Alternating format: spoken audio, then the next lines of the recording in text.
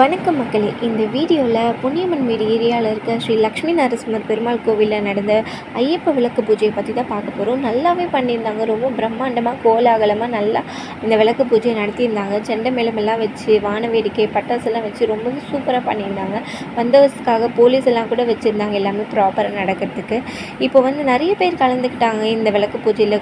சின்ன பசங்க, வயசு பொண்ணுங்க, ஆன்டிஸ் எல்லாருமே, பெரியவங்க எல்லாருமே கலந்துக்கிட்டாங்க. எல்லோரும் பாருங்கள், வரிசையாக அவங்களோட விளக்கு அலங்கரித்து நல்லபடியாக கோவிலேருந்து எடுத்துகிட்டு இப்போ லக்ஷ்மி நரசிம்மர் பெருமாள் கோவிலுக்கு போகிறாங்க. எல்லாருமே பின்னாடி பெருமாளும் ரொம்ப அழகாக குதிரை வாகனத்தில் ஏறி செம்ம அழகாக வந்துட்டுருக்காரு எல்லார் பின்னாடியும்.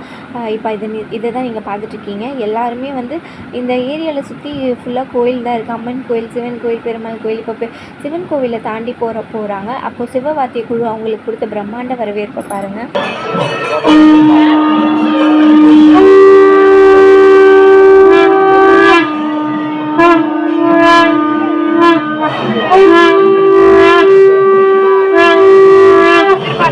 அடுத்து எல்லோரும் பெருமாள் கோயிலுக்கு போனாங்க.